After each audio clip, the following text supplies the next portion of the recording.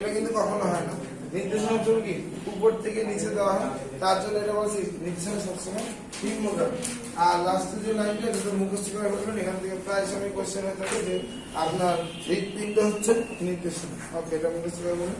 আচ্ছা, এখানে বেশ কিছু অসুবিধার কথা বলা আছে, যেহেতু সবার কাছে শীত নেই সেহেতু আমি এখান থেকে দুই একটা বলে দিতেছি যাতে সলভ হয়ে যেতে পারে।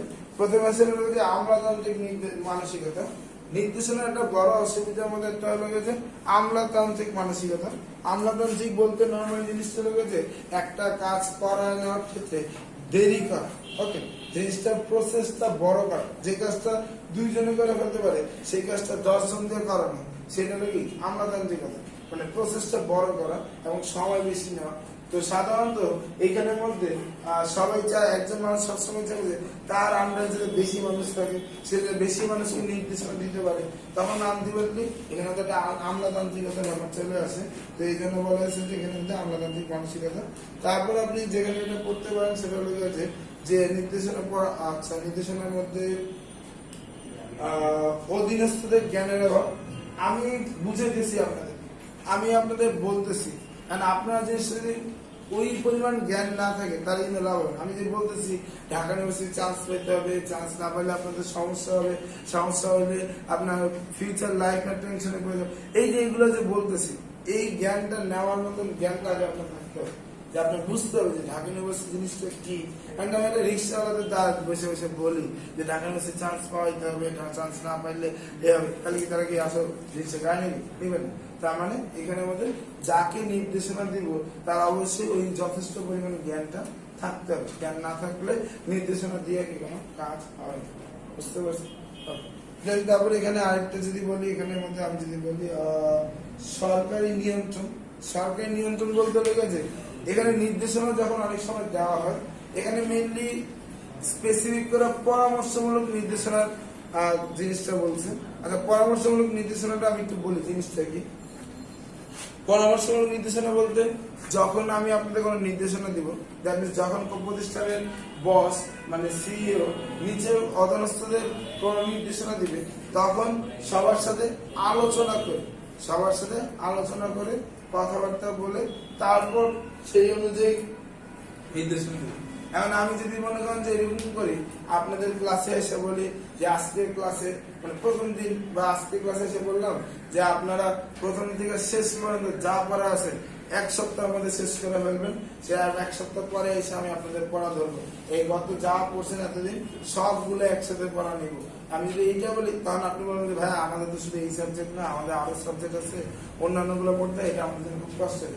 তো এইখানের মধ্যে আপনাদের কথা শুনে আমি আবার আমার মতন করে দিলাম। মানে ব্যাপারটা লেগেছে যাদেরকে নির্দেশনা দেওয়া হবে তাদের সাথে আলোচনা করে, তাদের মতামত নিয়ে, তাদের কথাটা বুঝে, তাদের সুযোগ সুবিধা বুঝে সেই অনুযায়ী নির্দেশনা দেওয়া। তারপরে মনে হচ্ছে আচ্ছা ঠিক আছে, পরীক্ষার আগ পর্যন্ত আপনারা পড়া শেষ করেন, তাই হবে। এই জায়গাটা আপনাদের সঙ্গে আলোচনা করে আপনাদের মতামত নিয়ে আমি নির্দেশনা দিতেছি, সেটা হলো কি পরামর্শমূলক নির্দেশনা।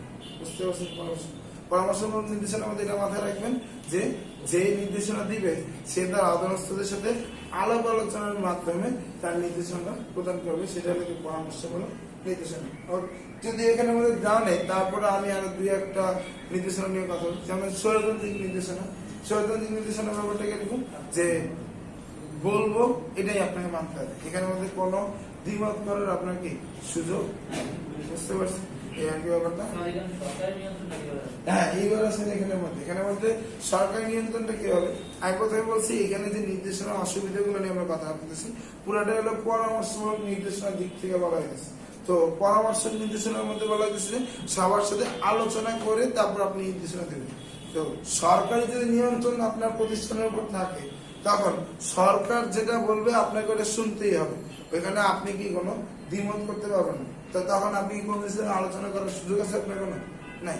আপনার কিন্তু সরকার নিয়ন্ত্রণ থাকলে পরামর্শমূলক নির্দেশনাটা বাস্তবায়ন করা কঠিন হয়ে যায়, কারণ সরকার তখন যা নির্দেশনা দিবে সেটাই আপনাকে কি মানতে হবে। বুঝতে পারছেন?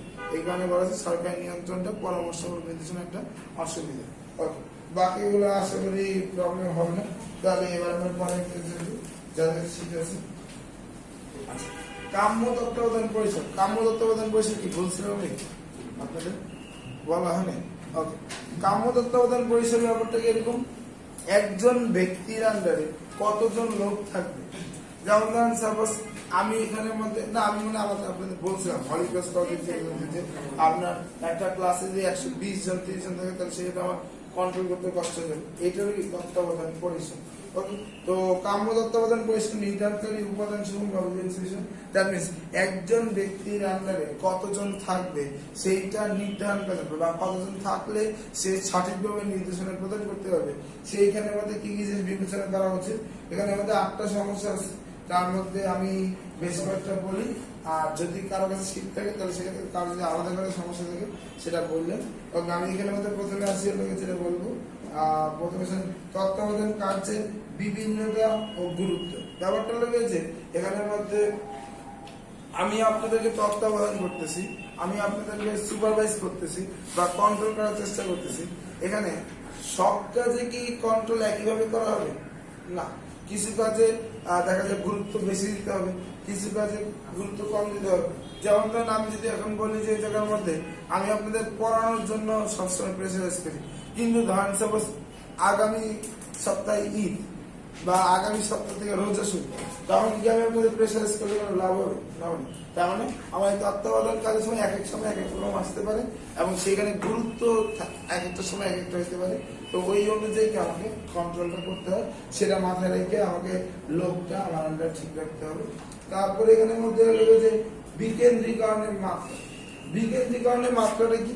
বিকেন্দ্রীকরণ নিয়ে আমি আগে বলছিলাম যে উপর থেকে নিচের দিকে ডিসিশনটা যদি বেশি হয়, মানে উপরে ডিসিশন নেওয়ার যেরকম সুযোগ থাকবে, নিচেও ডিসিশন নেওয়ার সুযোগ থাকবে, সেটা হলো বিকেন্দ্রীকরণ।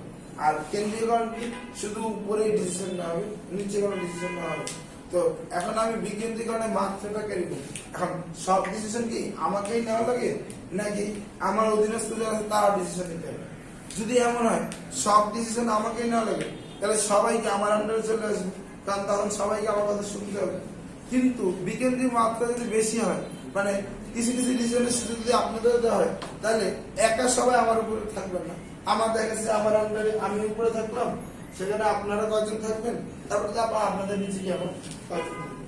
এটা হলো বিকেন্দ্রীকরণের মাত্রা যদি বেশি হয় তাহলে এভাবে করে করা হয়। আর বিকেন্দ্রীকরণের মাত্রা যদি কম হয়, তখন ওই একজন থাকবে, তার আন্ডারে সবাই থাকবে। তাহলে বুঝতে পারছেন এই অনুযায়ী আমার তত্ত্বাবধান পরিষেবা কতটুকু হবে সেটা নির্ধারণ করে। তারপরে হলো যে এখানের মধ্যে 2 নম্বর যেটা বলছে নির্বাহী কার্যভার। নির্বাহী কার্যভারটা একই, উপরে যে আছে বা নির্বাহী পর্যায়ে যে আছে তার কাজের ভারটা কত, মানে সে কতটুকু কাজ তাকে নিতে হয় বা কতটুকু কাজ তাকে করতে হয়। যদি তাকে সবকিছু দেখতে হয় তাহলে তার আন্ডারে সবাই। যদি দেখা যায় শুধু আপনাকে প্রোডাকশনের সাইড দেখতে হয়, তাহলে আপনার আন্ডারে শুধু প্রোডাকশনের লোকটাই আসবে। ব্যাপারটা হলো যে আপনার আন্ডারে কতটুকু লোক বা আপনি কতটুকু কাজ দেখতেছেন, কতটুকু কাজে দেখভাল করছেন, তার উপর ভিত্তি করে আপনার কি লোকটা ঠিক হবে। কারণ আপনি কতটুকু কাজ করতেছেন সেটাকে বলা হয়েছে এখানে মধ্যে নির্বাহী কার্যভার। তারপর এখানের মধ্যে আপনি যদি আরেকটা বলতে চান তাহলে সেক্ষেত্রে হলো যে তত্ত্বাবধায়কের ক্ষমতা। তত্ত্বাবধায়কের ক্ষমতা ব্যাপারটা কি, যে আমার এই যে নেতৃত্বের গুণটা কতটুকু আছে, আমার কতটুকু নেতৃত্বের ক্ষমতা আছে সেটা, বা আমার কন্ট্রোল করার ক্ষমতা কতটুকু আছে, সেই জিনিসটা হচ্ছে তত্ত্বাবধায়কের ক্ষমতা। এখন আমার কন্ট্রোল করার ক্ষমতা আছে 10 জন, আমার যদি 25 জন দিয়ে দেয় তাহলে সেক্ষেত্রে কিন্তু আমি সবাই কন্ট্রোল করতে পারবো না। সেজন্য বলা হয়েছে এখানে তত্ত্বাবধায়ক ক্ষমতাটা কি দরকার। তারপরে এবার আসলে যে এখানে 10 নম্বরটা প্রবলেম। ওকে, 10 নম্বরটা বলি প্রশাসনিক তহবিলের পরিমাণ। প্রশাসনিক তহবিলের পরিমাণ প্রতিষ্ঠানের কতটুকু অর্থ আছে। যদি দেখা যায় অর্থ অনেক কম, তাহলে আমি উপরে থাকবো, আমার আন্ডারে সবাই থাকবে। যদি দেখা যায় অর্থ একটু বেশি, তাহলে আমি আলাদা আলাদা করে কতগুলো ম্যানেজার নিব। ম্যানেজার যদি বেশি নেই, তাহলে সেক্ষেত্রে আমার কি খরচটা কি বেশি হবে। কারণ আমার তহবিল কতটুকু আছে, অর্থ কতটুকু আছে, তার উপর ভিত্তি করে আমি দেখবো যে আমার আন্ডারে কতজন থাকবে। যদি আমার তহবিল কম থাকে, তাহলে আমার আন্ডারে আমি সবাইকে কন্ট্রোল করবো একবারে, তাহলে আমার খরচ করবো। যেমন ধরেন এখানে মধ্যে আমি যদি বলি ইউনিটের টাকা কম, সাপোজ ধরেন আপনাদের এখানে 500 স্টুডেন্ট, সাপোজ তো 500 স্টুডেন্ট, ইউনিটের টাকা কম আছে, সে তহবিল পরিমাণ কম, সে কি করবে, পুরো 500 স্টুডেন্টকে এক ক্লাসে দিয়ে দিবে, সবাই একটা কারণ বেশি ক্লাসে দিলে পেমেন্ট বেশি। আর ইউনিটের যদি টাকা বেশি থাকে, তখন কি হবে, আলাদা আলাদা আলাদা ক্লাস দিবে। বুঝতে পারছেন? তাহলে এখানে একজনের আন্ডারে কতজন করতেছে, সেটা কি তহবিলের একটা ব্যবস্থা করতেছে। তারপর এখানের মধ্যে আপনার বাকিগুলো আশা করি বুঝবেন। তারপরে এবার আছেন কারো এখানের মধ্যে যাদের কাছে শীট আছে এগুলো বাদে আর কোনো কোশ্চেন আছে?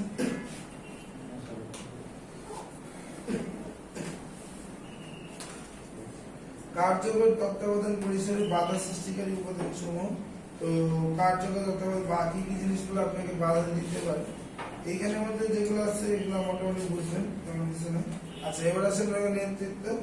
নেতৃত্ব নিয়ে কথা যেটা এখানের মধ্যে আপনি 1 নম্বরটা দাগ দিবেন।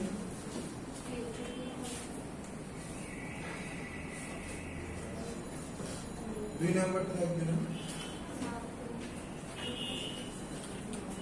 স্বতঃস্ফূর্ত কাজ করতে করতে উৎসাহিত করে।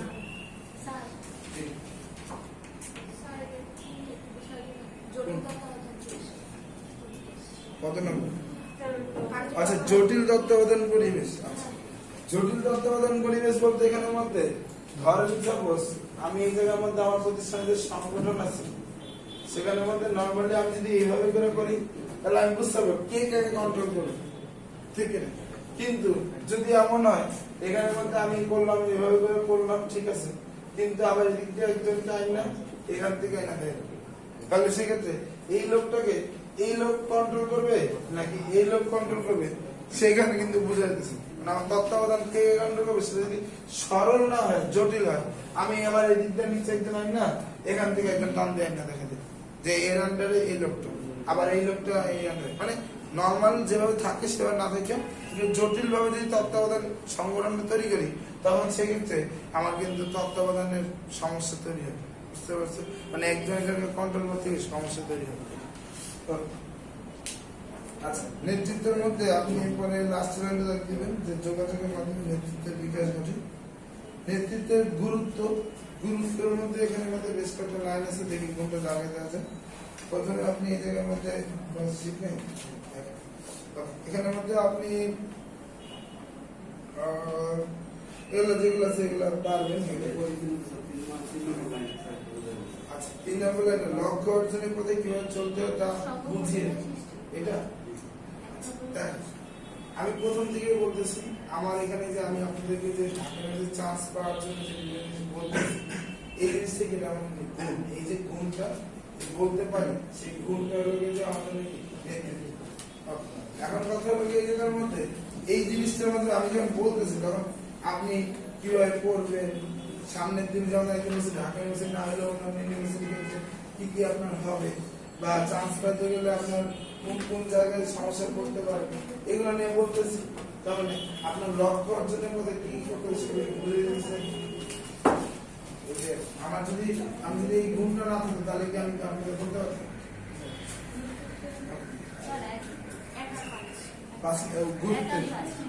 গুরুত্বের আচ্ছা, গুরুত্বের মধ্যে এখানে কথা বলছে সংঘবদ্ধতা সৃষ্টি। আচ্ছা, কথা হলো নেতৃত্বের গুরুত্ব বানানো গেলে নেতৃত্বের মাধ্যমে আপনি কি কি বেনিফিট পাইতে পারেন।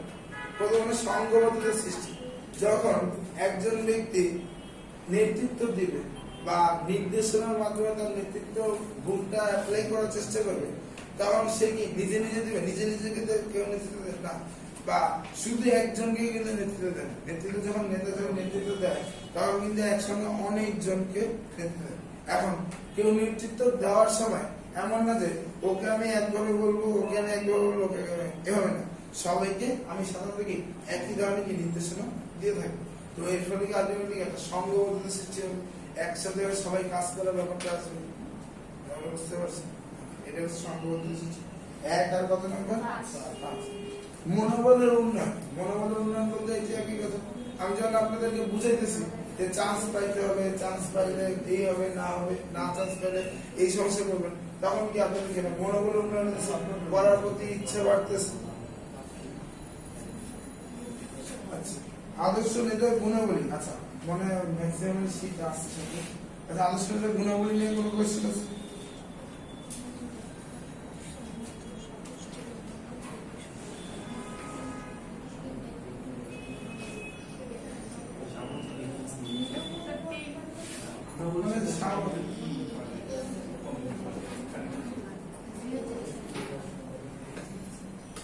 একজন আদর্শ নেতার গুণাবলী মানে সামর্থ্য বলতে কি কোনো একটা কাজ করতে পারার ক্ষমতা নেই তোমার জন্য সামর্থ্য না, আর্থিক সামর্থ্য, আর্থিক সামর্থ্য আপনার সব ধরনের সামর্থ্য থাকতে হবে। গুণ, নেতৃত্ব দেওয়ার যে গুণ, আপনার যে ক্ষমতাটা এটা থাকা। ওকে, আর কোনো কোশ্চেন? দৃঢ় মনোবল। এখন আমি আপনাদের বলতেছি চান্স পাইতে হবে, এভাবে না করলে চান্স হবে না। এই জায়গার মধ্যে আমি নিজে যদি কনফিউজ থাকি, এই আপনাদের হয়তো সমস্যা হতে পারে, বা করলে এভাবে করলে হয়তো আপনারা ভালো করতে পারেন, নাও ভালো করতে পারেন। তখন কি আপনি আমি যদি কনফিউশন করে দিই, তাহলে আপনি কি আমার কথা শুনবেন না? নেতাকে যখন তার নেতৃত্ব দিতে হবে, নেতাকে তখন তার নির্দেশনা দিবে, তখন তাকে অবশ্যই কি নিজের মধ্যে কনফিডেন্সটা বেশি থাকতে হবে, যেটাকে আমরা বলছি দৃঢ় মনোবল। বুঝতে পারছি? এখানের মধ্যে নেতৃত্বের কয়েকটা ভাগ দেওয়া আছে। ভাগগুলোর মধ্যে প্রথমে ক্ষমতা প্রয়োগের ধরন, আনুষ্ঠানিকতা এবং সম্পর্কের উপর। প্রথমে এখানে বলছে ষড়যন্ত্রিক। ষড়যন্ত্রিক মানে বুঝে নিতে হবে যে আমার যে উপরে থাকবে সেই ডিসিশন সব দিবে, এবং সে যা বলবে, সে যা নির্দেশনা দিবে, সেটাই আপনাকে মানতে হবে। সেটা লাগে এখানে ষড়যন্ত্রিক বা প্রভুত্বমূলক। পিতৃসুলভ ব্যাপারটা কি? পিতৃসুলভ ব্যাপার আর ষড়যন্ত্রিক, এই দুটোর মধ্যে ডিফারেন্স কি? ষড়যন্ত্রিক যেরকম যা বলবে তা শুনতে হবে, পিতৃতান্ত্রিক তা যা বলবে তা শুনতে হবে। ষড়যন্ত্রিক যেরকম আপনাকে কোন একটা কিছু বলার পর যদি আপনি এটা না করেন, আমি আপনাকে ভয়ভীতি দিব, ভয়ভীতি দেখাবো, প্রয়োজনে মারতেও পারি। ব্যাপারটা এরকম, কাজ আদায় করার জন্য যা দরকার তাই করা হয় ষড়যন্ত্রিক। কিন্তু পিতৃতে হলো যে আপনার ভালো করবো, খারাপ করবো, আমি শুধু খারাপ করবো। আপনি যদি কাজটা না ভালো মতন করেন, কারণ আমি আপনাকে হয়তো বা আদর করে বুঝিয়ে দিতে পারি, আবার শাসন হিসেবে কি ঝাড়িয়ে দিতে পারি। বুঝতে পারছেন? মানে একজন পিতা যে কাজটা করে, পিতা আমাদের যখন বলে, তখন এটা কিন্তু আমাদের মানতে হবে, এটা নিয়ে আমরা কোনো না করতে পারি। কিন্তু যদি আমরা ওই অনুযায়ী কাজ না করতে পারি, তখন অনেক সময় পিতা আমাদের কি করে ভালো করে বুঝাই দেয়, আবার অনেক সময় কাছে খুব ঝাড়িও না। তো সেম জিনিসটা আর কি এখানে আমাদের পিতৃত্বমূলক। তারপরে গণতান্ত্রিক বংশগণমূলক। এখানে আমি যখন গণনেতৃত্ব দিব, তখন সবার মতামত নিয়ে তারপর আমি কি নেতৃত্ব দিব, এটা গণতান্ত্রিক। তারপরে আছে মুক্ত বা লাগামী। মুক্ত বা লাগামীর ক্ষেত্রে কিভাবে আপনি কি কাজ করবেন সেটা আমি দেখবো না, আমি শুধু আপনাকে বলছি আমার কাজটা করে দিতে হবে, আপনি আপনার নিজের মতো করে কাজটা করবেন। নর্মালি অন্যান্য গুলোতে কি হয়, প্রত্যেকটা স্টেপে স্টেপে আমি আপনাকে বুঝাই দিব যে এই কাজটা এভাবে করতে হবে, ওই কাজটা এভাবে করতে হবে। আর ষড়যন্ত্র থেকে আমাদের শিখি নির্দেশনা একদম ডাইরেক্ট বললে ওইটাই করতে হবে। কিন্তু মুক্ত বা লাগামী না, ওই রকম আমি কোনো নেতৃত্বের কাজ করবো না, আমি শুধু আপনাকে বলবো যে চান্স পাইতে হবে। কিভাবে চান্স পাবেন সেটা আপনার ইচ্ছা, আপনি কি 3 ঘন্টা করে চান্স পাবেন নাকি 8 ঘন্টা করে চান্স পাবেন, এটা আপনার নিজের উপর। এটা হলো মুক্ত বা লাগামী, মানে স্পেসিফিক করে কোনো নেতৃত্ব কাজগুলো করা হবে। দেন তারপরে এবার আনুষ্ঠানিকতা বিচারে। আনুষ্ঠানিকতা বিচারে হলো আনুষ্ঠানিক নেতৃত্ব আর হলো অনানুষ্ঠানিক নেতৃত্ব। আনুষ্ঠানিক নেতৃত্ব বলতে খেলার ব্যাপারটা হলো যে প্রতিষ্ঠানের মধ্যে থেকে প্রতিষ্ঠানের সিনিয়র যারা আছে, যেমন সিইও যে আছে, সে যদি কোনো নেতৃত্ব নির্দেশনা দেয় তাহলে সেটা হবে আনুষ্ঠানিক নেতৃত্ব। প্রতিষ্ঠানের বাইরে যে যদি কেউ কাউকে নির্দেশনা প্রদান করে, প্রতিষ্ঠানের বাইরে ধারণ লাগে যে আপনি একটা কমিটি করেন, আপনি একটা দল করেন, সেই দলের সভাপতি যে সে যদি কোনো নির্দেশনা দেয়, সেটা হবে কি আমাদের কি অনানুষ্ঠানিক। দেখবেন একটা প্রতিষ্ঠানে কি বিভিন্ন কর্মচারী কল্যাণ সমিতি থাকে, বিভিন্ন কর্মচারীদের লীগ ঠিক থাকে, দল থাকে, তখন ওইখানের মধ্যে কি নেতৃত্বের কাজটা এখানে কি কোনো প্রতিষ্ঠান রিলেটেড না, এখানে কোনো প্রতিষ্ঠান রিলেটেড না। এখানে কিন্তু এমন না যে এইখানে সিইও উপরে থাকতেছে, ওই সমিতিতেও কি সিইও উপরে থাকতেছে, এরকম কিছু না। ওখানে হয়তো ভিন্ন একজন থাকে, কিন্তু এটা কি প্রতিষ্ঠানের বাইরে।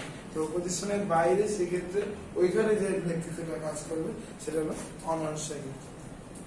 দেন তারপরে বলেছেন সম্পর্ক ভিত্তি করে ব্যক্তিগত নেতৃত্ব, অব্যক্তিগত নেতৃত্ব। তবে আপনার সাথে আমার ব্যক্তিগত পরিচয় আছে, তার উপর ভিত্তি করে নেতৃত্ব দিয়েছি, সেটা হলো ব্যক্তি টু ব্যক্তি নেতৃত্ব। আর আমি যখন সবাইকে একসাথে নেতৃত্বটা দিব, তখন সেটা হলো অব্যক্তিগত নেতৃত্ব। হ্যাঁ, এইটা থাকার কথা, এখানে ভুল হয়েছে। নেতৃত্বের এখানে আরেকটা কাজের উপর ভিত্তি করে দুইটা ভাগ আছে, একটা হলো কর্মকেন্দ্রিক আর একটা কর্মকেন্দ্রিক। এটা আমি বলে দিয়েছি, আমি এটাই আশা করছিলাম এরপরে এটাই থাকবে, এটা দেয়নি, তারপর আমি বলে দিয়েছি। কর্মকেন্দ্রিক নেতৃত্বের ব্যাপারটা কি, যখন আমি আপনাকে নেতৃত্ব দিব তখন কাজটাকে আমি গুরুত্ব দেব। আমার কাজটা ধরেন 5 দিনের মধ্যে সম্পাদন করা লাগবে, সেই ক্ষেত্রে 5 দিনের মধ্যে আমার কাজ করে দিতে হবে, সেটাকে আমি ফোকাস দিতেছি। আপনার এই দিন কি বিয়ে শাদী আছে, নাকি কোনো দাওয়াত আছে, নাকি আপনার ফ্যামিলির সঙ্গে বাইরে ঘুরতে যেতে হবে, এইগুলো নিয়ে কিন্তু আমি কোনো ফোকাস দিব না। আপনার সমস্যা সুবিধা এগুলো আমি দেখবো না, আমি মেনলি আমার কাজটাকে দেখবো, আমার কাজটা টাইমলি আপনার করে দিতে হবে, এই ব্যাপারে আমি নেতৃত্ব দেবো। কাজকে আমি এখানে কি ফোকাস দেবো, বুঝলি না? এই যে কর্মকেন্দ্রিক নেতৃত্ব, কাজটাকে বেশি ফোকাস দেওয়া হয়েছে। আর কর্মী কেন্দ্রিক নেতৃত্বটা কি, কর্মী কেন্দ্রিক নেতৃত্ব যখন নেতৃত্ব দেওয়া হবে বা যখন নির্দেশনা দেওয়া হবে, তখন সেক্ষেত্রে কর্মীরা কি আদৌ কাজটা করতে পারবে কিনা, কর্মীদের দিয়ে এটা কাজটা করানো আদৌ সম্ভব হবে কিনা, সেই জিনিসটাকে চিন্তা করে তারপরে কি নেতৃত্ব কাজটা।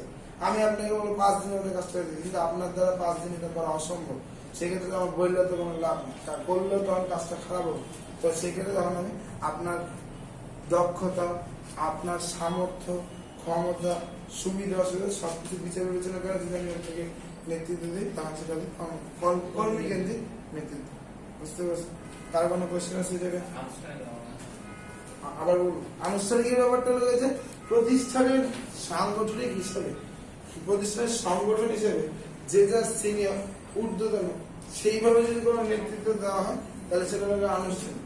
আর অনানুষ্ঠানিক মানে কি, প্রতিষ্ঠানের বাইরে কোনো সংগঠন বা প্রতিষ্ঠানের বাইরে কোনো কমিটি বা প্রতিষ্ঠানের বাইরে কোনো সমিতি, এইগুলোতে যদি কেউ কাউকে নেতৃত্ব বা নির্দেশনা দিয়ে থাকে তখন সেটা হবে গেছে কি আমার অনানুষ্ঠানিক। ওটা আমি আপনাকে ছোট করে আগে বলছি, যেমন ধরেন আমি যদি ইউনিয়নের কথা যদি বলি, এখানের মধ্যে আরিফ ভাই সে আমার এখানের মধ্যে সিনিয়র, তাহলে সে কিন্তু আমাকে নির্দেশনা দিলে বা নেতৃত্ব দিলে আমার সেটা মানতে হয়েছে, এটা লাগে আনুষ্ঠানিক, এটা কি প্রতিষ্ঠান। কিন্তু দেখা গেল যে অন্য একটা জায়গায়, অন্য একটা কোনো একটা রাজনৈতিক দলের মধ্যে যায়, তখন সে আমার জুনিয়র বা তখন আমি তার উপরে, তখন সেটা কি অনানুষ্ঠানিক। ওইখানে আমি তাকে নেতৃত্ব দিতেছি, এবার আমি তাকে বলতেছি যে এভাবে কাজ করবো, তখন ওইটা হয়ে যাবে কি অনানুষ্ঠানিক।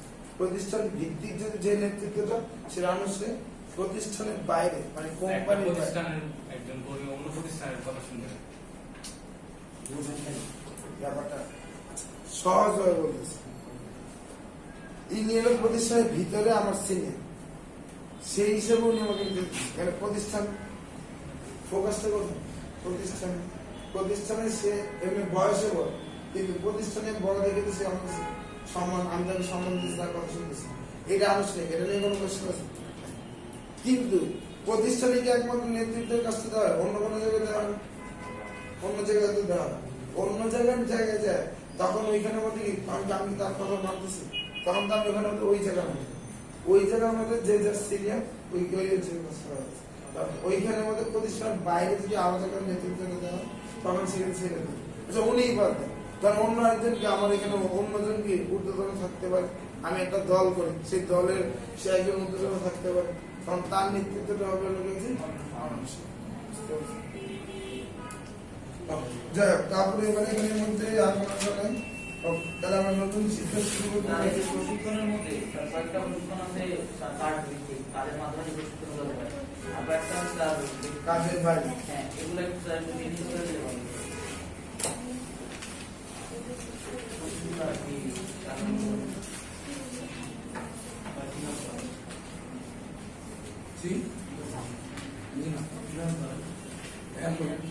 শেষ হলো তো শিক্ষা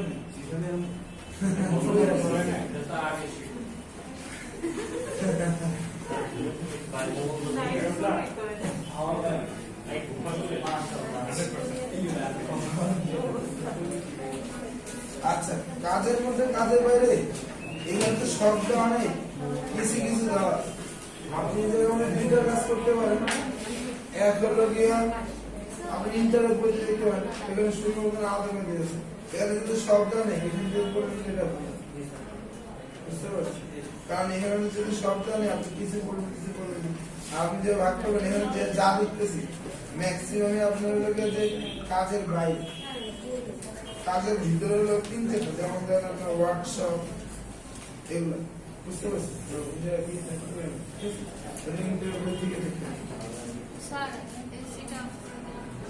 ঠান্ডা বেশি লাগতেছে, এসি অফ করে লাভ হবে না। আমি এক্সপেরিমেন্ট করেছি বানাই দেব।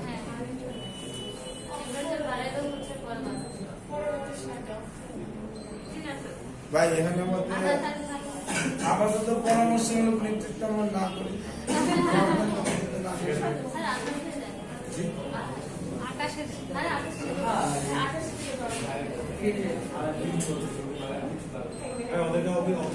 আঠাশের বললাম না, 26 বললাম। আপনার বলবো আপনার মানুষ বেশি, আপনারটা শুনবো, আর মানুষ কম, বকব করা মানুষ কম, মানে বিদ্রোহ করার লোক কম। আপনার বিদ্রোহ করার লোক বেশি। এখানে গণতান্ত্রিক কোনোভাবেই আপনার আমি বলবো 25, আরেকজন বলবো 27, আরেকজন 28। কারণ দেখা যাবে কারণ মিলে যাবে, কারণ দেখা যাবে স্যার আমারটা শুনছে কি এখানে কি মানে সমস্যা আপনার তো হবে না।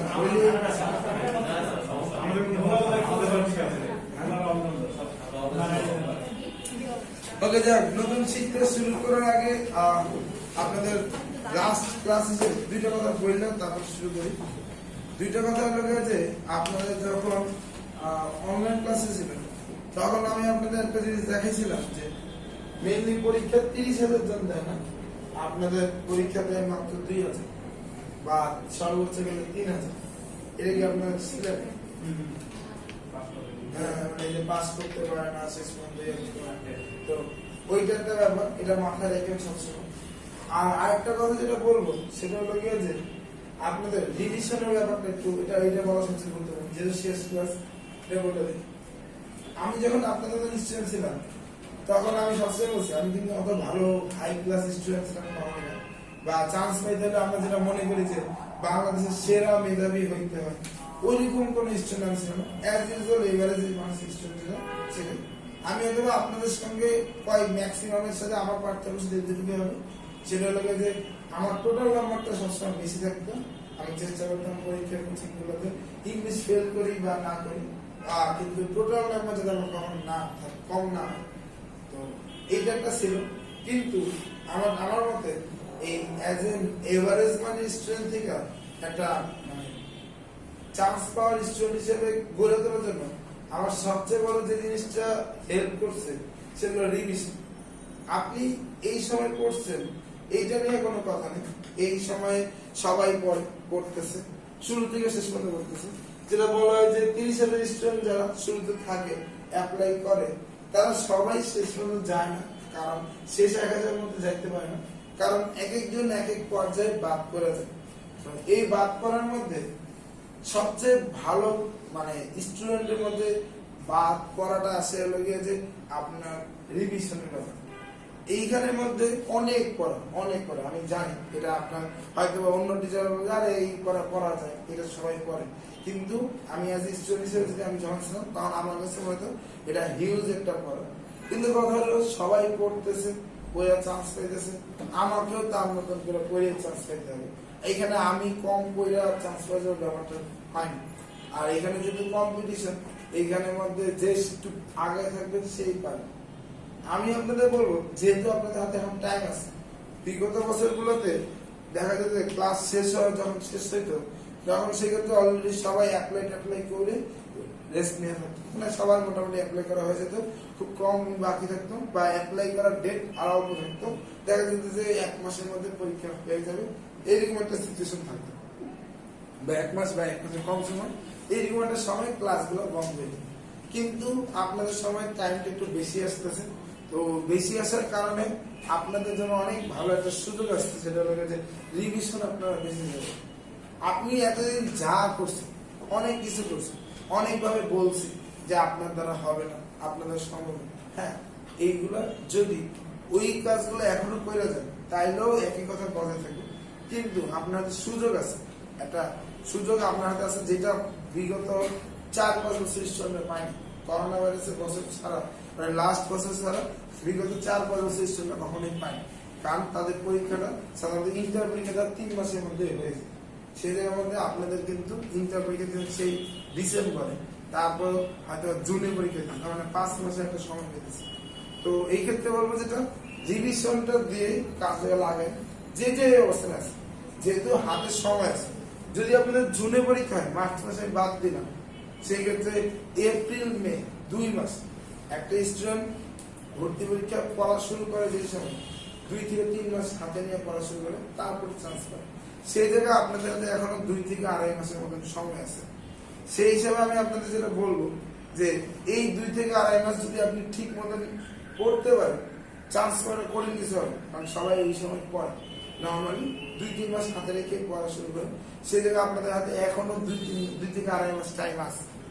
আপনারা চেষ্টা করবেন পুরো সিটের পড়াটা মিনিমাম 4 বার রিভিশন, মিনিমাম, আমি আবার বলছি মিনিমাম 4 বার রিভিশন দেন পুরো শুরু থেকে শেষ পর্যন্ত। হ্যাঁ, যে মডেল টেস্ট গুলো হবে এইগুলা মনে করেন পুরো ছোট করে ফেলার চেষ্টা করুন। আগে কি পড়ছেন পড়েন সেটা পরে অন্তত মডেল টেস্টের কোয়েশ্চেন এই শীটের পড়ার সময়গুলো শুরু থেকে শেষ পর্যন্ত এগুলো অন্তত ভালো করে রিভিশন দেন। যা করছেন আগে সব বাদ দেন। অন্তত কমার্স স্টুডেন্ট হিসেবে যেটা জানি, পরীক্ষা না আসলে পড়াশোনা করতে মন চায়। সায়েন্স স্টুডেন্ট সারা বছরই পড়ে, কিন্তু কমার্স স্টুডেন্ট সারা বছর পড়ে, পরীক্ষার আগে 1 মাস 1.5 মাস আগে পড়ে। সেই হিসেবে কিন্তু আমি যদি বলি আপনার কিন্তু আর হাতে 2 মাস আছে, আপনি এখন অন্তত যদি পড়েন একটু ভালো করে চান্স পাওয়ার সুযোগ আছে। এবং সেই ক্ষেত্রে আপনি 4 মাস 4 বার রিভিশনটা দেওয়ার চেষ্টা করেন মিনিমাম। এটা কিন্তু সর্বোচ্চ না, মিনিমাম 4 বার রিভিশনটা যদি চাইতে পারে, আশা করা যায় পুরো শীতটা আপনার একটা আয়ত্তে চলে আসবে। যেটা আমার সঙ্গে আমি দেখছি যে একটা মোটামুটি প্রথমবার দেখবেন যখন রিভিশন দিচ্ছেন তখন দেখবেন যে টাইম বেশি লাগতেছে। তবে রুটিনটা যখন করবেন যে কত সময়ের মধ্যে আমি 4টা রিভিশন দিব, অবশ্যই চেষ্টা করবেন প্রথমটাতে একটু টাইম বেশি দেওয়ার জন্য, পরেরটাতে তার থেকে একটু কম টাইম দেওয়ার জন্য, তারপরটা একটু কম টাইম দেওয়ার জন্য, এইভাবে করে ভাগটা করে চেষ্টা করবেন। আর মডেল টেস্ট যখন দিবেন তখন দেখবেন পুরো ফুল সিলেবাসের উপর পরীক্ষা দিচ্ছে, মানে পুরো 10টা লেকচার মানে পুরো যত যা যা করছেন তার উপর হইতেছে। তো সেই জন্য আমি যেটা বলবো, এইখানের মধ্যে মডেল টেস্ট শুরু করার আগে আপনাদের মডেল টেস্ট কবে শুরু বলছি কিছু, তো চেষ্টা করেন, আমি বলবো না যে এটা মডেল টেস্ট শুরু করার আগে অ্যাটলিস্ট একবার রিভিশন দেবেন। মডেল টেস্ট চলাকালে মিনিমাম বাকি 3টা দিয়ে শেষ করবেন। যদি দেরি হয় তাহলে সেক্ষেত্রে আপনি রিভিশনটা আগে শেষ করে ফেলাটাই বেটার। তবে 4 বারের নিচে দিয়ে না, তাহলে আপনার জন্য জিনিসগুলো কষ্ট হবে মনে করতে। মিনিমাম 4 বার, তার চেয়ে যদি বেশি সময় পান, বেশি সময় দিলে আপনারই না। একবার আপনার কাছে তো বোরিং লাগতে পারে, কিন্তু কথা হলো গিয়ে যে ভাই কিছু করার নেই, এই পরে আপনাকে পরীক্ষা দিতে হবে, না হলে এই পড়ার কোনো মূল্য থাকবে না।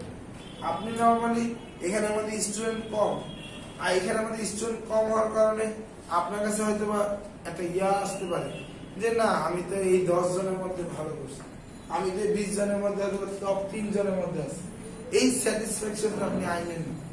আমার কথা হলো যে এইখানের মধ্যে আপনি 10 জনের মধ্যে বা 20 জনের মধ্যে হয়তো বা টপ 3-তে আছেন, আপনি হয়তো এখানে সবাই নাম করে দেবেন, কিন্তু বড় পরিসরে কি হবে সেটা কিন্তু আপনি জানেন।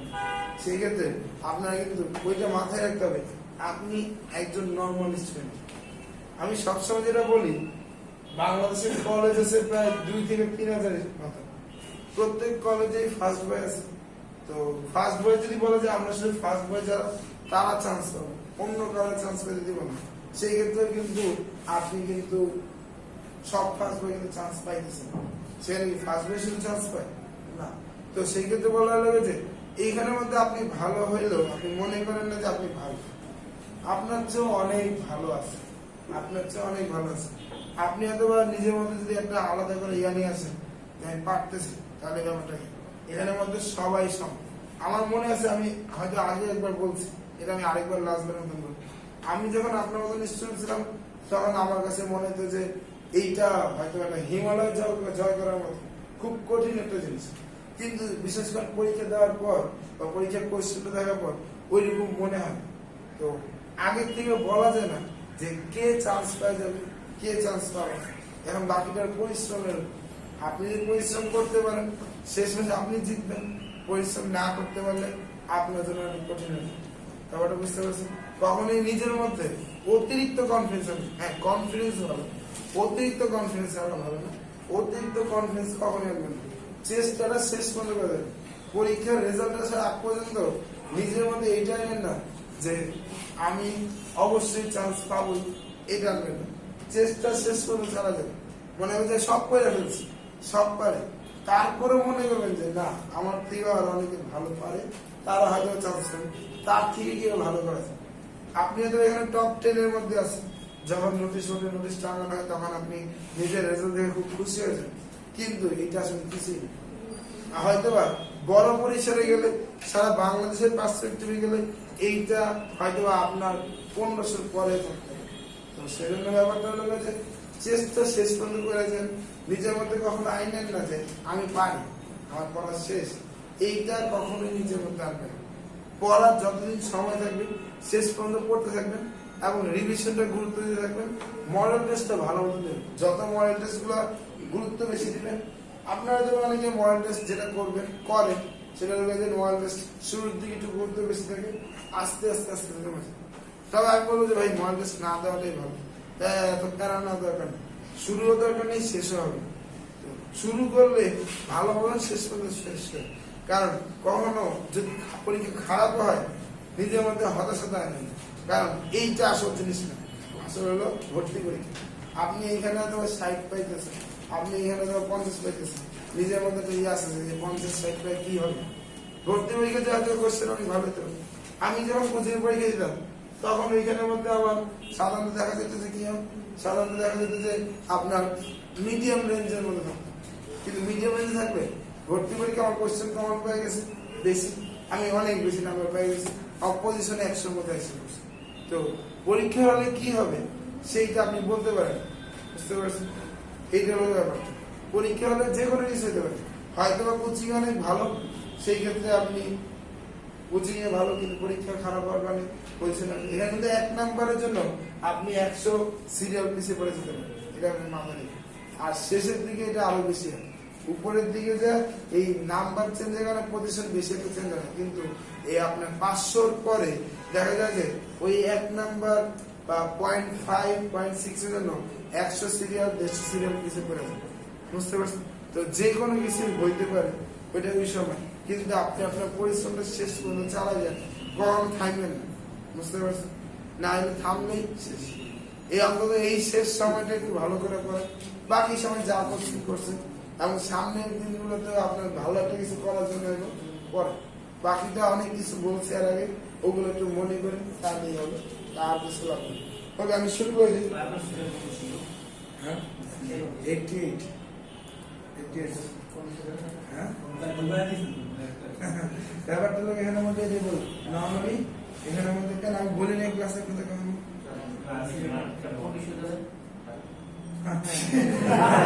না আমি দিন না করে আমি আপনাদের ডিল করা যাবে, এত অমানবিক আমি বুঝতে পারছি। আমার সময় রিটার্ন ছিল না, আমি যেন বাইচে গেছি, আমার যে হাতে লাগা এই হাতে লাগাতে রিটার্ন চান্স থাকে,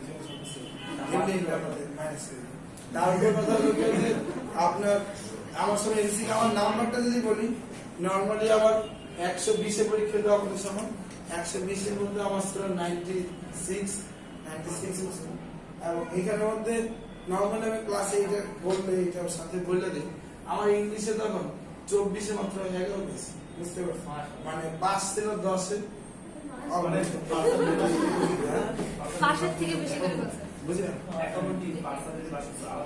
না ইংলিশে পাস করতে হয়, রিটেনে পাস করতে হয়, এই দুটোতে পাস করে টোটাল নাম্বার বেশি পেতে, বুঝতে পারছেন? আপনি টোটাল নাম্বার বেশি পেলেন কিন্তু ইংলিশে পাস করতে পারলেন।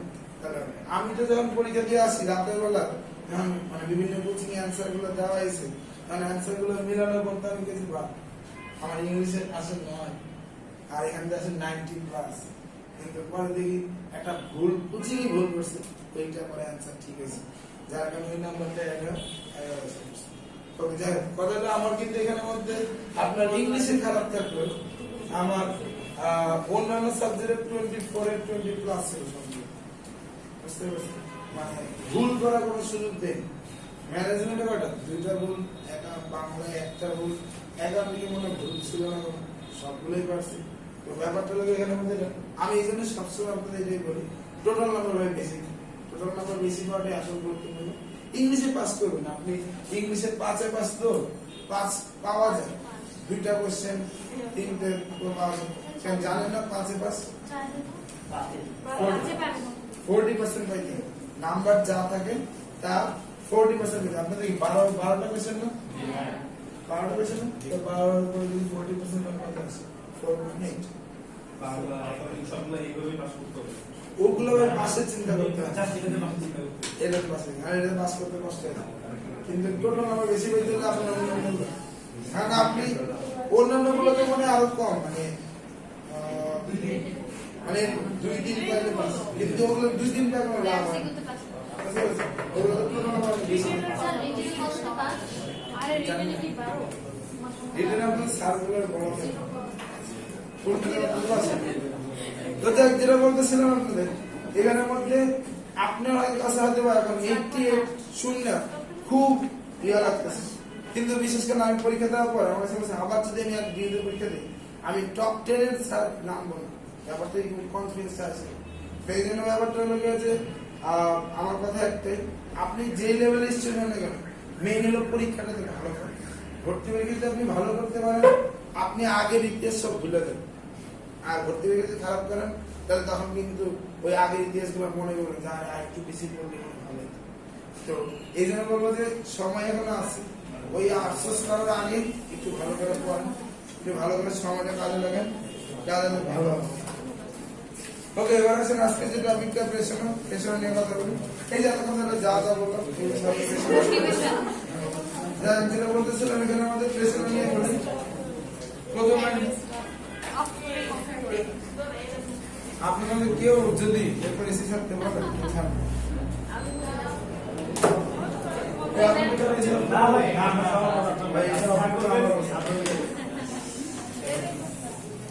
আচ্ছা এবার আসেন প্রেশন। বলছিলাম না আপনাদেরকে যে কাঁথা কম্বল নিয়ে আসবেন,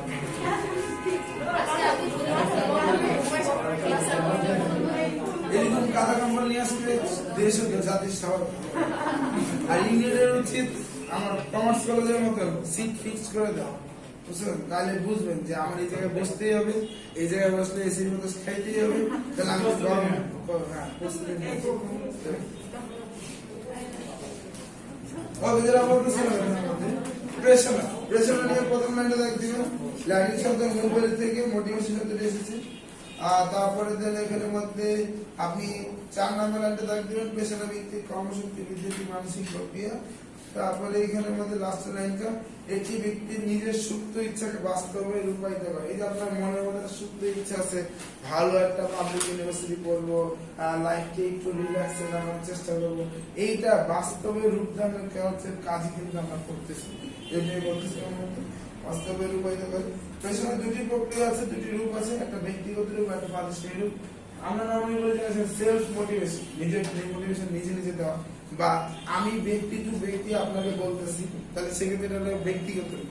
পেশনা ব্যক্তিগত রূপ বলতে কোন একজন ব্যক্তি এসে যদি আপনাকে পেশনা দেয়, যেমন সোলামান সুখান আমাদের থেকে কাজ করে, কথায় কথায় পেশনা দেয়, কথায় কথায় মোটিভেশন দেয়, এই জিনিসটা হলো ব্যক্তিগত রূপ।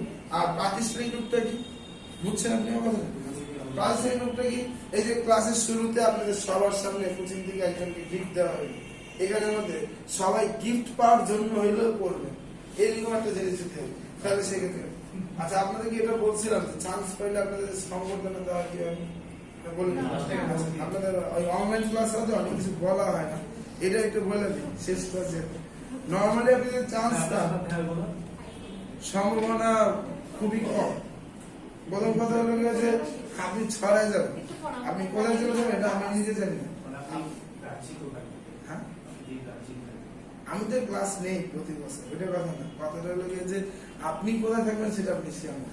আপনি কি খুলনা চলে যাবেন, না বরিশাল চলে যাবেন, না কোথায় চলে যাবেন, না ঢাকাতেই থাকবেন, সেটা কিন্তু আপনি এখনো শিওর নেই। কোথায় আপনার নসিব আছে সেটা আপনি ভালো জানেন, আল্লাহ ভালো জানেন, সেটা আপনি ভালো জানেন না, আল্লাহ ভালো জানেন। তো যেটা বলতেছিলাম এখানের মধ্যে যে এই জিনিসগুলো আপনি যাতে যার কারণে আপনার সঙ্গে আমার দেখা সম্পর্ক খুব কম, ইভেন ডিউতে হইলেও আপনার সঙ্গে দেখা খুব কম হয়, কারণ আমি আর ডিউতে খুব একটা যাই না, আমার পড়া শেষ, বুঝতে পারছেন? আমি এরকম চাকরি করতে আসি, বুঝতে পারছেন? যতদিন চাকরি করতে আসি হিসেবে আছি ততদিন হয়তো ক্লাস নিতেছি, চাকরি করতেছে দিয়ে চাকরি প্রাপ্তি হয়েছে মানে যে আমি ইন্ডিয়ার জন্য বন্ধ হয়েছে, এই আর কি। মানে ইন্ডিয়ার মধ্যে আচ্ছা যাক, ভুলে ভুলে যেটা বলতেছিলাম যে চান্স পেলে আপনি কি হবে, নর্মালি আপনি যদি চান্স পান, চান্স পাওয়ার পরের প্রথম 2 মাস আপনি বললেন যে ক্লাস মানে আপনাদের ফ্যামিলি থেকে সম্বোধনা হবে। ফ্যামিলি সম্বোধনা মানে আপনার বাসায় দেখবেন বিভিন্ন আত্মীয় স্বজনরা খোঁজ খবর নিবে, ও কেমন আছে, ভালো আছে কিনা, যে কোনোদিন আপনার খবর নিতে না সে নিবে, কারণ সবাই সবাই নিজের স্বার্থটা আগে বুঝে। তো যেহেতু আপনি একজন মেধাবী শিক্ষার্থী, আপনার লাইফে কিছু একটা করার সুযোগ আছে। আপনার কি মনে হয় যে গ্রামীণ ফোনের সিইও, গ্রামীণ ফোনের বড় বড় কর্মকর্তা, বিভিন্ন ডিসি, এসপি, মানে বড় বড় পর্যায়ে যারা আছে, তারাও কিন্তু একটা সময় এরকম ঢাকা নিউজে চান্স পেতেন আপনার মতনই করে আসছে। আপনি এখন যেরকম অ্যাজিজ একজন সাধারণ জনগণ, তারাও কিন্তু একসময় সাধারণ জনগণ আছে, মাইন্ড বের হয়ে পাওয়ারফুল হয়ে যাবে। সে কিন্তু এইরকমই ছিল, একটা সময় ভালো পাবলিক ইউনিভার্সিটি চান্স পেয়েছে, পাবলিক ইউনিভার্সিটি চান্স পেয়ে তারপর তার নিজের চাকরি নিজে করেছে। এখন সে হয়তো অনেক মান্যগণ্য ব্যক্তি, অনেক নাম করা ব্যক্তি, কিন্তু আগে কিন্তু আপনার মতন একজন নসু মানুষ। যেটা বলতেছিলাম এখানের মধ্যে যে চান্স পাওয়ার পরে দেখবেন আপনার বিভিন্ন আত্মীয় স্বজন আপনার খুব খবর খবর নিবে, সবাই আপনার দাওয়াত দিবে, যেখানে আগে আপনার নিয়ে কথা হইতো না সেখানে আপনার নিয়ে কথাবার্তা বেশি হবে। ওইটা বাদ দিলাম, এটা ফ্যামিলিগত ব্যাপার, কিন্তু প্রাতিষ্ঠানিকভাবে আপনি অনেক বেনিফিটেড হবেন। কিভাবে? যদি আপনি মনে করেন যে চান্স পান, টপ চান্স পেলে আছে, চান্স পেলে কি হবে সেটা আগে বলি। চান্স পেলে প্রথম যেটা হবে, বিভিন্ন কোচিং থেকে আপনি সংবর্ধনা হবে। আমি অনেকে মনে করি যে ওই ফার্স্ট যে সে মানে সব কোচিং এ পড়ে, আসলে কিন্তু না। ফার্স্ট যে সে সব কোচিং এ পড়ে না, সে আসলে এক কোচিং এ পড়ে, বাকি সব কোচিং তাদের সংবর্ধনা দেয়। আর আপনি নর্মালি অ্যাজ স্টুডেন্ট হিসেবে আপনি কি করবেন, একটা বিরিয়ানি খাওয়ার করবেন, চলে যাবেন। কারণ সব কোচিং সংবর্ধনা যখন দেয় তখন বিরিয়ানি দেয় বা চাইনিজ দেয়। আপনার কাছে এখন হয়তো মনে করতে হইতে পারে যে আরে এত লেম আমি হব না, সঙ্গ দেশের লোহাব আছে। আপনি ইউনিভার্সিটি থাকবেন, আপনার 10টা ফ্রেন্ড যখন এক জায়গায় চলে যাবে, ওই জায়গায় ছবি টবি তুলবে, চিল করবে, তখন আপনার মন চাইছে আমিও চাই, কারণ আপনি কোন কোচিং করছেন সেটা নিয়ে আপনার কথা। তখন আপনি দেখবেন বিভিন্ন কোচিং চলে যাবেন, যাই দেখবেন যারে গেলে তো ভালো, ফ্রি আছে, বিরিয়ানি খাওয়া হলো, আবার ছবি তোলা হলো, সবার সঙ্গে আড্ডা মারা হলো, এই চিন্তা করে চলে যাবো।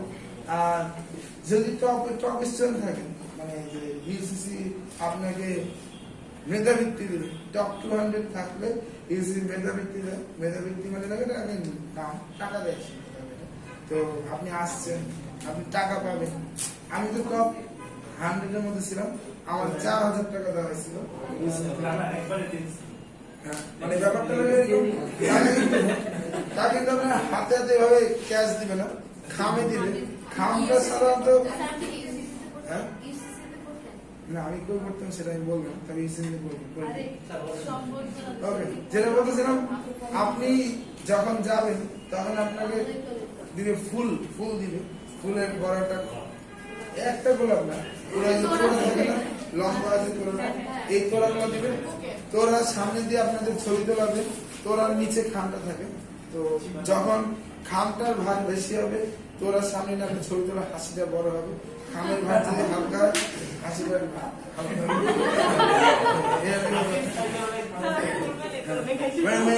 খামের ভারের উপর আপনার হাসিটা নর্মালি খামের ভাবটা নির্ভর করে আপনার পজিশনের উপরে। আপনি যদি টপ 100 এর মধ্যে থাকেন, টপ 200 এর মধ্যে থাকেন 3000 পাবেন, টপ 100 এর মধ্যে থাকলে মানে 50 থেকে 100 এর মধ্যে থাকলে 4000 পাবেন, 50 এর মধ্যে থাকলে 5000 পাবেন। এটার লগে তারপরে লগে যে আপনি যদি টপ 10 এর মধ্যে থাকেন, তার টাকা পয়সা আপনার টেনশন করা লাগবে না। কারণ আমার এক ফ্রেন্ড আছে, সে সক্ষম হয়েছিল, সে মনে করেন যে আপনার প্রায় 3 লাখ টাকা কামাই ফেলছে এই বুঝতে পারছেন। জায়গায় জায়গায় সংবর্ধনা হয়েছে, তার ছবি দিয়েছে, সক্ষম হয়েছে, টপ 10 এর মধ্যে আছে। খালি বলছে যে আমি অমুক কোচিং এ পড়ছি, অমুক স্যার আমাকে এভাবে পড়াইছে, কিন্তু এই স্যার নিজের জীবন দেখেও নেই, দেখছে। যাতে আপনি মনে করেন যে আপনি এই কোচিং আরে এই স্যারের নাম বলছে, তার মানে বুঝি এই স্যার পড়াইছে, তার মানে মনে হয় এই স্যারটা পড়ছে।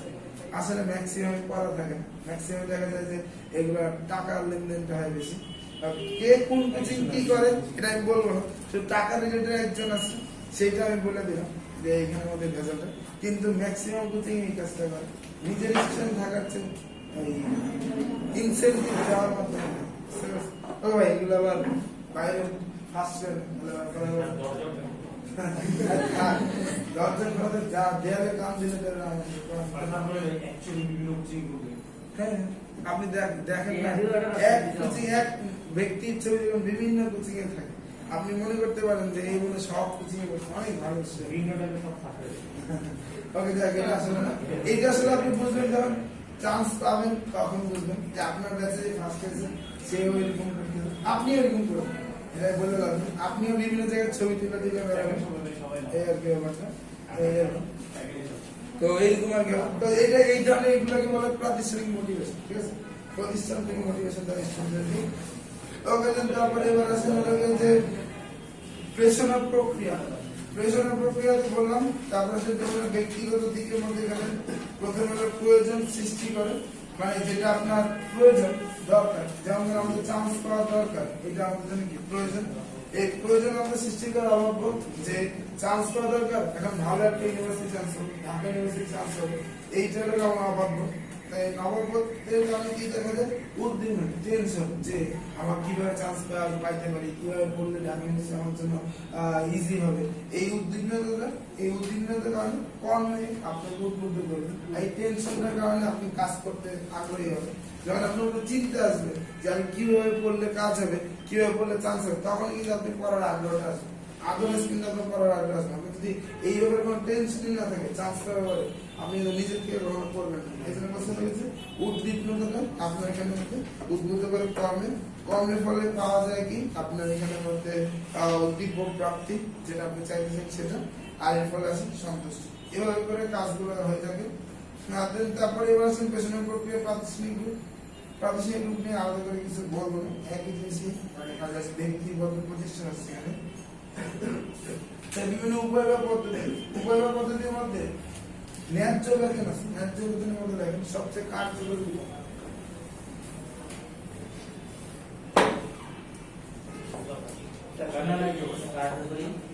সবচেয়ে কার্যকরী উপায় ন্যায্য বেতন হলো সবচেয়ে পেছনের মধ্যে সবচেয়ে কার্যকরী উপায়।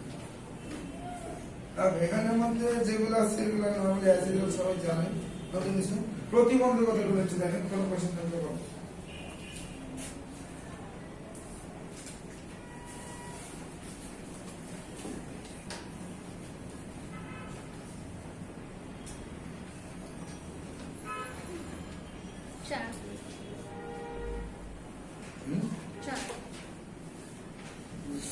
চার নম্বরের মধ্যে বলছে এখানে মধ্যে প্রবণতার পার্থক্য। আপনার কোনটা?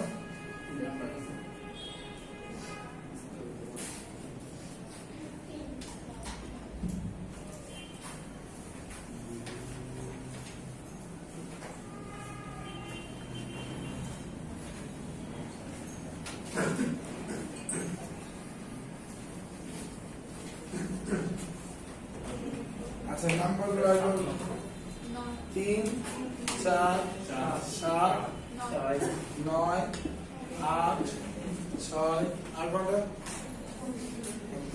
আসার কিছু কোশ্চেন থাকতেই পারে। এবার 3 নম্বর স্তরগত পার্থক্য। স্তরগত পার্থক্য বলতে ব্যাপারটা হলো এরকম, প্রতিষ্ঠানে বিভিন্ন স্তরে বিভিন্ন ধরনের লোক থাকে।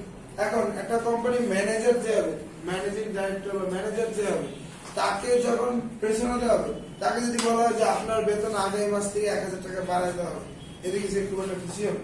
সে কিন্তু খুব একটা খুশি হবে, কারণ 1000 টাকা তার জন্য কিছুই। কিন্তু তার যদি বলা হয় গাড়ি দিব, আপনি কাজটা ভালো করে করেন, আপনাকে একটা নতুন গাড়ি দেওয়া হবে প্রতিষ্ঠান থেকে, তখন কিন্তু সেই কাজটা করার জন্য কি আপনি মিশে। কিন্তু যদি এটা কর্মীকে আমি এই বলি যে আপনি যদি ভালোভাবে কাজ করেন, আপনাকে আগামী মাস থেকে 2000 টাকা বেতন বাড়াই দিব, সে কিন্তু 2000 টাকার জন্য কিন্তু যথেষ্ট পরিমাণ কাজটা করে। তাহলে স্তরগত একটা পার্থক্য আছে, এই জন্য প্রতিবন্ধকতা সবার জন্য সেম হওয়া যাবে না। তারপরে আছে হলো প্রবণতা ব্যাখ্যা। প্রবণতা বলতে গেলে যে বোঝা, মানে আপনি চান একটা জিনিসকে কিভাবে আপনি নিতে পারেন সেই জিনিসটা, একটা জিনিস কিভাবে আপনি গ্রহণ করেন সেই জিনিসটা হলো প্রবণতা, বা আপনার বৈশিষ্ট্যটা কিরকম সেটা। এক একজনকে এক এক রকম, সবাইকে একরকম। যে আমি আপনাকে যেভাবে বলবো, কারো হয়তো বা ঝাড়ি দিয়ে কথা বলে কাজ হয়েছে, কারো হয়তো বা দেখা গেছে যে সুন্দর করে বললে কাজ হয়েছে, সবাইকে একরকম না। এই জিনিসটাকে বলছে এর মধ্যে প্রবণতা কথা, কে কিভাবে জিনিসগুলো নেয় তার উপরে ভিত্তি করে এক একজন এক রকম হয়, আমি এক একজনের ওই হিসাব করি কেন তো আপনার দেওয়া হবে, পেছনটা দেওয়া হবে। তারপরে সেটা 7 নম্বর অবিচার ও স্বজনপ্রীতি। নর্মালি এখানের মধ্যে দেখা যাবে যে এরকম হয় যে অনেক সময় যে স্বাভাবিক হয়ে থাকে, যেমন ধরেন আমি আপনাদেরকে চান্স পাওয়ার জন্য বলতেছি, কিন্তু এখানে যদি আমার ছোট বোন যদি এখন চান্স পাওয়ার জন্য পড়তো, তার প্রতি আমার কি এই মোটিভেশন দেওয়া, এই নির্দেশনা এগুলো থেকে একটু বেশি হতো। আপনাদের যে হয়তো ব্যাপারটা এগুলো সবসময় পুরো সেম টু সেম তাকে হতো, তাকে তো দেখা যাবে আমি একটু বেশি চাই যে ছেলেরা একটু ভালো করবে।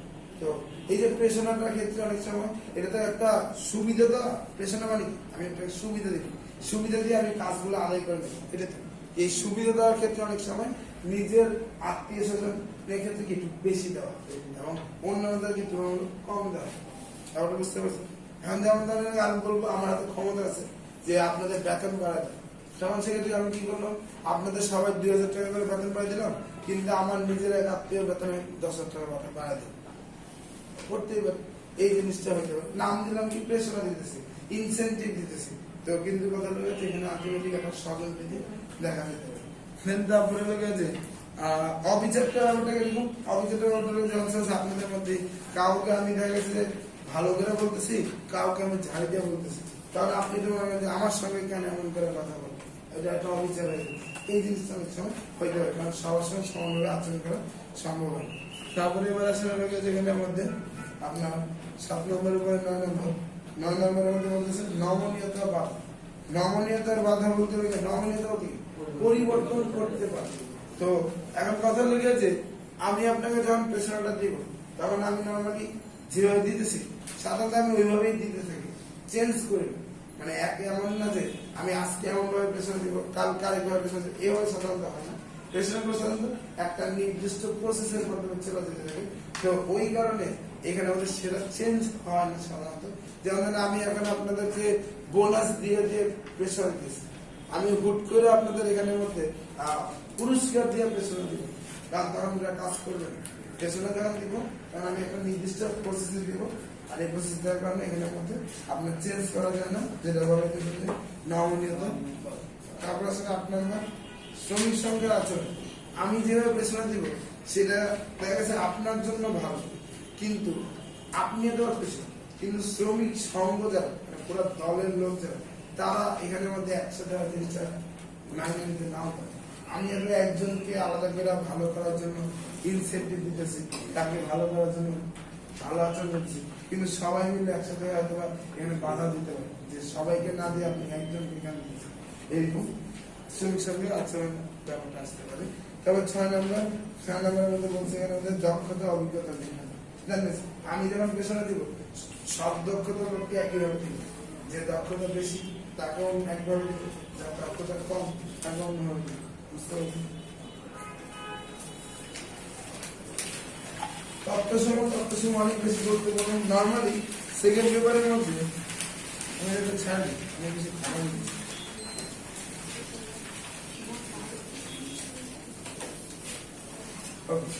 বলতেছিলাম তত্ত্বসমূহ